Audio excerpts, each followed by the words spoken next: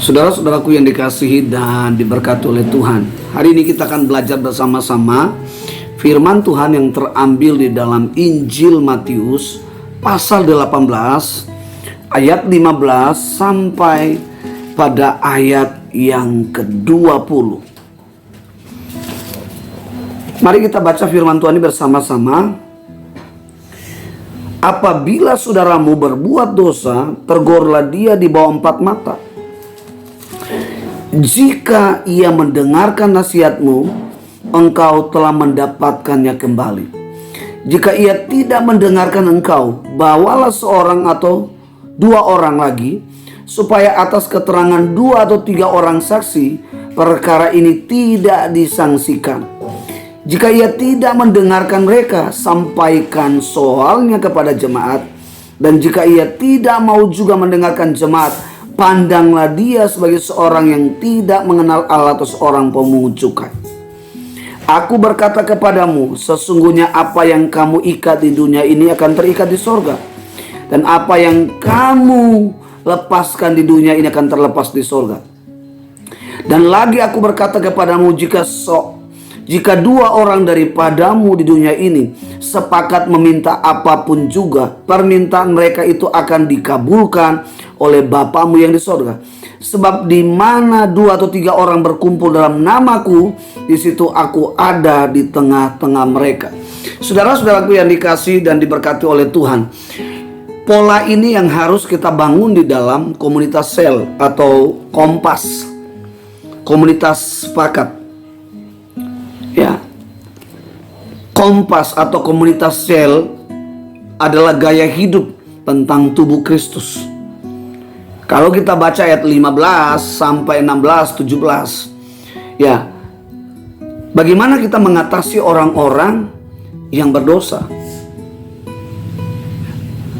Kalau pola yang kita baca di ayat 15 sampai pada ayat yang ke-17, ya, kita harus menegur dia.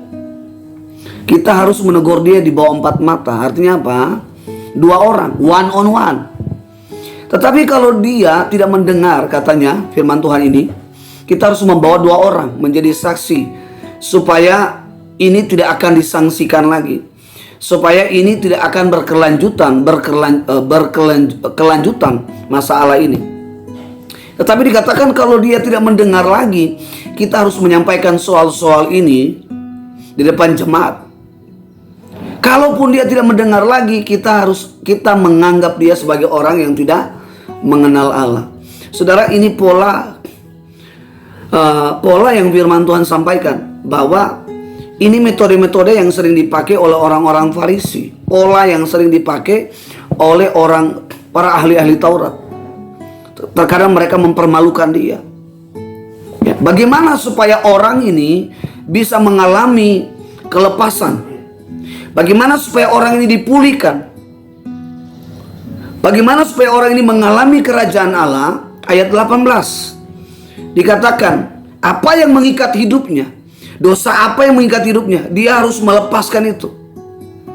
Kita nggak bisa hanya menegur dia. Kenapa? Karena ketika seseorang diikat, kita nggak bisa melepaskan dia dengan cara menasihati dia, dengan cara membawa 2 orang. Justru ini akan membuat semakin dia menjadi untuk melakukan dosa yang sama, atau mungkin dosa yang lebih ekstrim. Pola inilah yang mengikat hidupnya. Nah, bagaimana kita bisa menolong orang ini? Nah, untuk bisa menolong dia keluar dan terlepas dan bisa mengalami kerajaan Allah, yang pertama harus melalui kompas, harus melalui komunitas sepakat. Dia harus sepakat dulu bagaimana dia harus melepaskan dirinya dari ikatan dosa itu. Dosa apa?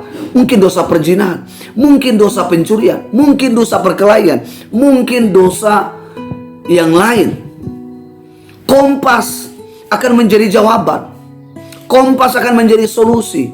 Komunitas sepakat akan menjadi solusi. Bagaimana dia akan dilepaskan dari ikatan dosa, bagaimana dilepaskan dari pola dunia. Pola dunia membawa dia untuk hidup dalam dosa. Saudara-saudaraku yang dikasihi dan diberkati oleh Tuhan, Saya mengajak bagaimana kita bisa membangun Kompas ini, komunitas sepakat, dari rumah ke rumah, dari kantor ke kantor. Untuk apa? Untuk menolong setiap orang terlepas dari ikatan dunia, terlepas dari pola dosa. Sehingga apa?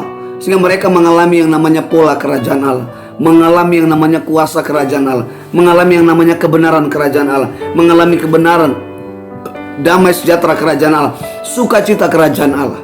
Dia harus sepakat untuk melepaskan apa yang mengikat hidupnya. Saudara-saudaraku yang dikasihi dan diberkati oleh Tuhan, supaya apa? Ketika dia harus melepaskan dan meninggalkan, dan dia harus mengikat dirinya, mengikat hidupnya dengan pola kerajaan Allah.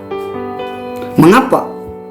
Kalau dia terus terikat, dia belum terlepas, dia belum mengalami kelepasan dari ikatan dosa ini, dia nggak akan mengalami yang namanya kerajaan Allah.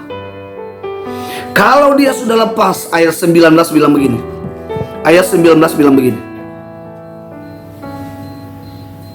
Dan lagi aku berkata kepadamu, jika dua orang daripadamu di dunia ini sepakat meminta apapun juga, permintaan mereka akan dikabulkan oleh Bapakku di sorga.